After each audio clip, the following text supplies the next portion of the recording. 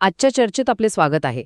समजा कोणीतरी गेली 2 वर्ष मायक्रोसॉफ्ट अज्युअर ॲडमिनिस्ट्रेटर म्हणून उत्तम काम करत आहे आणि आता त्यांना करिअरमध्ये पुढची पायरी गाठायची आहे, म्हणजे सिक्युरिटीमध्ये स्पेशलाइज करायचं आहे.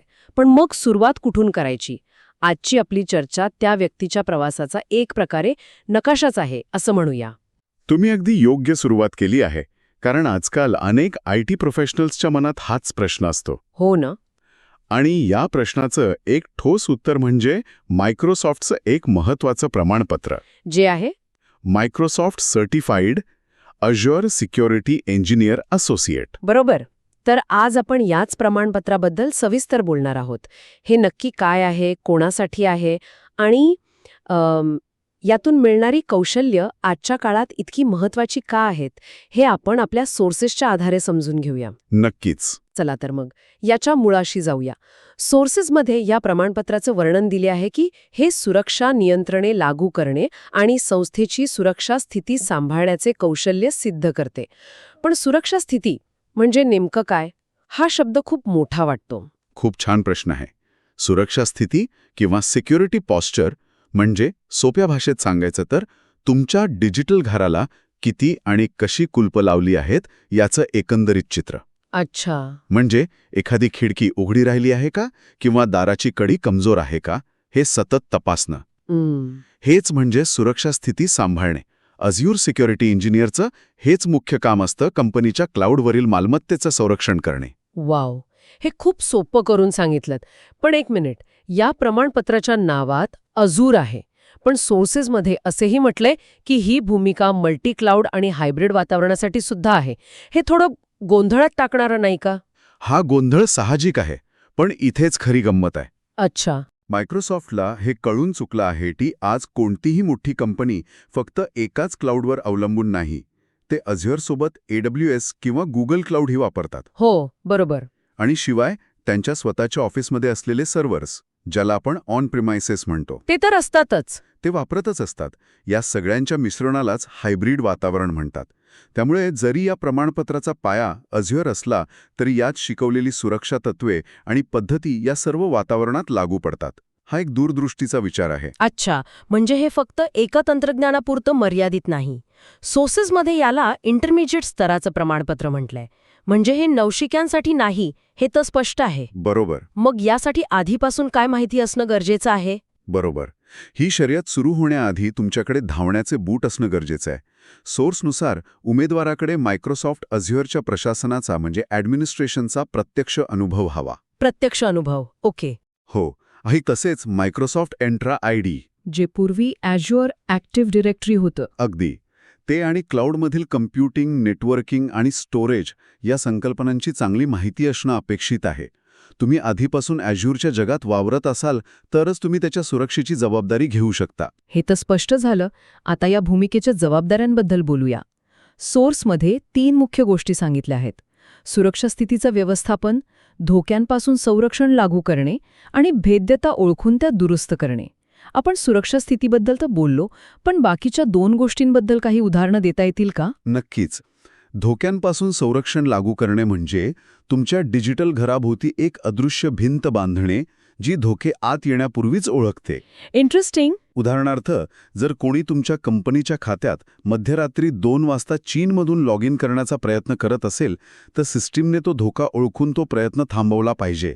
हे काम सिक्युरिटी इंजिनियर करतो. आणि भेद्यता ओळखणे? आणि भेद्यता ओळखणे म्हणजे आपल्याच घरातल्या कच्च्या दुव्यांचा शोध घेणे. समजा तुमच्या सॉफ्टवेअरचा एखादा भाग जुना झाला आहे आणि हॅकर्स त्याचा फायदा घेऊ शकतात. तर ती एक वल्नरेबिलिटी झाली. करेक्ट. तर ती भेद्यता शोधून काढणे आणि ती दुरुस्त करणे हे या भूमिकेचा भाग आहे. वा, म्हणजे हे काम एखाद्या डिटेक्टिव्ह सारखं आहे. आणि इथेच खरी गंमत आहे असं मला वाटतं. सोर्समध्ये म्हटले की हे काम एकट्याने करायचं नाही. हो. यात आर्किटेक्ट्स, ॲडमिनिस्ट्रेटर्स आणि डेव्हलपर्स यांच्या सोबत मिळून काम करावं लागतं. तुम्ही बरोबर मुद्द्याला हात घातला आहे. ही गोष्ट या भूमिकेला खूप खास बनवते. पूर्वीच्या काळी कसं होतं, सिक्युरिटी टीम एका वेगळ्या खोलीत बसायची आणि सगळ्यांवर लक्ष ठेवायची. पण आता तसं चालत नाही. आता सुरक्षा ही प्रत्येकाची जबाबदारी आहे. एखादं नवीन ॲप्लिकेशन बनवताना डेव्हलपरने सुरुवातीपासूनच सुरक्षेचा विचार केला पाहिजे. हो, अगदी सुरुवातीपासून. आणि सिक्युरिटी इंजिनियर त्यांना या कामात मदत करतो, मार्गदर्शन करतो. तो एकटा योद्धा नाही, तर तो संपूर्ण सैन्याचा प्रशिक्षक आहे. म्हणजे तांत्रिक कौशल्यासोबतच लोकांना सोबत घेऊन काम करण्याचं, समन्वयाचं कौशल्यही तितकंच महत्वाचं आहे. हे ऐकून अनेकांना या भूमिकेत नक्कीच रस निर्माण होऊ शकतो. ठीक आहे, म्हणजे ही भूमिका किती व्यापक आणि जबाबदारीची आहे हे तर कळलं. पण मग मायक्रोसॉफ्ट हे कसं ठरवतं की एखाद्या व्यक्तीकडे ही सगळी कौशल्य आहेत? मला वाटतं इथेच त्या AZ-500 परीक्षेचा रोल येतो. अगदी बरोबर. AZ-500 ही ती परीक्षा आहे जी या प्रमाणपत्राचं दार उघडते. आणि त्याची तयारी? आणि मायक्रोसॉफ्टने याची तयारी करण्यासाठी खूप चांगली साधनं दिली आहेत. यात फक्त पुस्तकं वाचण्यावर भर नाही, तर प्रत्यक्ष अनुभवावर आहे. जसं की सोर्सेसमध्ये प्रॅक्टिस असेसमेंट आणि एक्झाम सँडबॉक्स यांचा उल्लेख आहे. हे नक्की काय आहे? प्रॅक्टिस असेसमेंट म्हणजे परीक्षेची एक प्रकारची रंगीत तालीम. यात तुम्हाला प्रत्यक्ष परीक्षेसारखेच प्रश्न मिळतात. त्यामुळे प्रश्नांची भाषा, त्यांची काठीण्य पातळी आणि वेळ कसा वापरावा याचा अंदाज येतो. ओके, म्हणजे एक मॉक टेस्ट सारखं. हो, तसंच काहीसं. आणि एक्झाम सँडबॉक्स तर त्याहूनही भारी आहे. यात तुम्ही प्रत्यक्ष परीक्षेचा इंटरफेस वापरून बघू शकता. अच्छा. म्हणजे परीक्षेच्या दिवशी हे बटन कुठे आहे किंवा तो ऑप्शन कसा निवडायचा यासारख्या छोट्या गोष्टींमध्ये वेळ वाया जात नाही. तुमचा पूर्ण फोकस फक्त प्रश्नांवर राहतो. हे तर खूपच उपयुक्त आहे. म्हणजे परीक्षेच्या दडपणाखाली होणाऱ्या चुका टाळता येतात. परीक्षेच्या अभ्यासक्रमाबद्दल काय सांगाल? सोर्समध्ये 4 मुख्य विभाग दिले आहेत. हो, आणि हे 4 विभाग म्हणजे अझूर सिक्युरिटी इंजिनियरच्या कामाचं सार आहे. पहिला विभाग आहे ओळख आणि प्रवेश सुरक्षित करणे. म्हणजे आयडेंटिटी अँड ॲक्सेस मॅनेजमेंट. बरोबर. सोप्या भाषेत योग्य व्यक्तीलाच आत प्रवेश देणे आणि आत आल्यावर त्याला फक्त गरजेपुरतेच अधिकार देणे. आपण जे 2 फॅक्टर ऑथेंटिकेशन वापरतो ना, हो. तो याचाच एक छोटा भाग आहे. आणि दुसरा? दुसरा विभाग आहे नेटवर्किंग सुरक्षित करणे. म्हणजे तुमच्या डेटासाठी सुरक्षित रस्ते आणि भिंती तयार करणे. तिसरा आहे कम्प्यूट, स्टोरेज आणि डेटाबेस सुरक्षित करणे. म्हणजे तुमच्या डिजिटल घरातील प्रत्येक खोलीला आणि तिजोरीला वेगळं कुलूप लावणे. क्या बात आहे, तुम्ही बरोबर पकडला. आणि चौथा विभाग आहे मायक्रोसॉफ्ट डिफेंडर फॉर क्लाउड आणि मायक्रोसॉफ्ट सेंटिनेल वापरून अझूर सुरक्षित करणे. हे म्हणजे तुमच्या घरासाठी बसवलेली हायटेक सिक्युरिटी कॅमेरा आणि अलार्म सिस्टम जी सतत लक्ष ठेवून असते. तुम्ही ज्या प्रकारे याचं वर्णन केलंय त्याने हे 4ही विभाग एकदम स्पष्ट झाले. आता परीक्षेच्या प्रक्रियेबद्दल काही व्यावहारिक गोष्टी. परीक्षेचा कालावधी 100 मिनिटांचा असतो आणि जर पहिल्या प्रयत्नात यश नाही मिळालं तर? कारण ह्या परीक्षा सोप्या नसतात. नाही, अजिबात नाही. पण मायक्रोसॉफ्टलाही हे माहीत आहे, त्यामुळे काळजी करण्याची गरज नाही. पहिल्या प्रयत्नानंतर 24 तासांनी लगेच पुन्हा परीक्षा देता येते. फक्त 24 तास? हो. यातून मायक्रोसॉफ्टचा दृष्टिकोन दिसतो.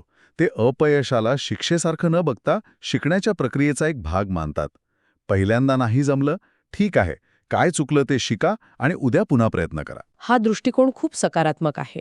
आता नोंदणीबद्दल एक महत्त्वाचा मुद्दा सोर्समध्ये दिला आहे, जो मला वाटतं सगळ्यांनी लक्षात घ्यायला हवा. परीक्षेसाठी नोंदणी करताना वैयक्तिक मायक्रोसॉफ्ट खाते वापरण्याचा सल्ला दिला आहे. हो, आणि ही सूचना खूप जास्त महत्त्वाची आहे. मला आठवतंय, एकदा एका कंपनीत त्यांनी कामाच्या अकाउंटवरूनच कर्मचाऱ्याला सर्टिफिकेशन करायला लावलं. काही महिन्यांनी त्या कर्मचाऱ्याने नोकरी सोडली आणि त्याचं सगळं सर्टिफिकेशन रेकॉर्ड गेलं असेल. अगदी तेच. त्याचा सगळा इतिहास त्या जुन्या कंपनीच्या खात्यासोबत अडकून पडला. तो त्याला परत मिळवता आला नाही. त्यामुळे तुमचं कौशल्य ही तुमची वैयक्तिक मालमत्ता आहे. म्हणूनच नोंदणीसाठी नेहमी आपलं वैयक्तिक खाते वापरा. ही खूप मोलाची माहिती आहे, ज्यामुळे भविष्यातला मोठा त्रास वाचू शकतो. आता शेवटचा आणि तितकाच महत्त्वाचा मुद्दा, प्रमाणपत्राचं नूतनीकरण म्हणजे रिन्युअल. हे दर 12 महिन्यांनी करावं लागतं. हे थोडं त्रासाचं नाही का? वरवर पाहता तसं वाटू शकतं. पण जर आपण याला मोठ्या चित्रात पाहिलं तर हे या प्रमाणपत्राचं सर्वात मोठं वैशिष्ट्य आहे. अच्छा. पूर्वी कसं होतं, एकदा सर्टिफिकेशन केलं की ते 5 वर्ष चालायचं. पण आजच्या जगात टेक्नॉलॉजी आणि सायबर हल्ल्यांचे प्रकार रोज बदलत आहेत. गेल्या वर्षी जे सर्वोत्तम सुरक्षा तंत्रज्ञान होतं ते आज कालबाह्य झालेलं असू शकतं. म्हणजे हे वार्षिक नूतनीकरण म्हणजे एक प्रकारे तुमच्या कौशल्याची हेल्थ चेकअप आहे. अगदी बरोबर.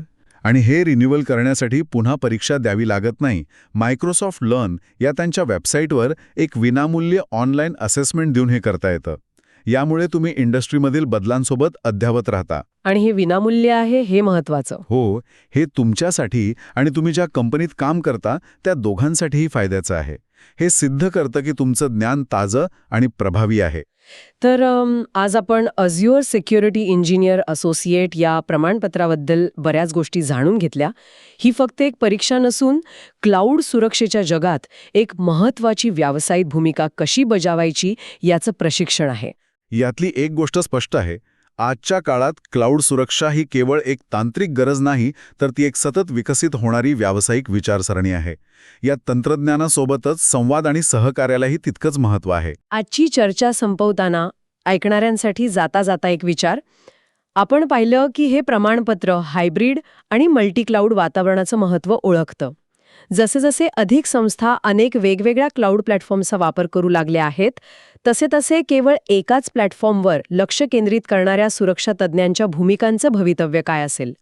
भविष्यातील यशस्वी सुरक्षा तज्ज्ञांना अनेक प्लॅटफॉर्म्सवर तितकेच कुशल असावे लागेल का? यावर नक्कीच विचार करण्यासारखा आहे.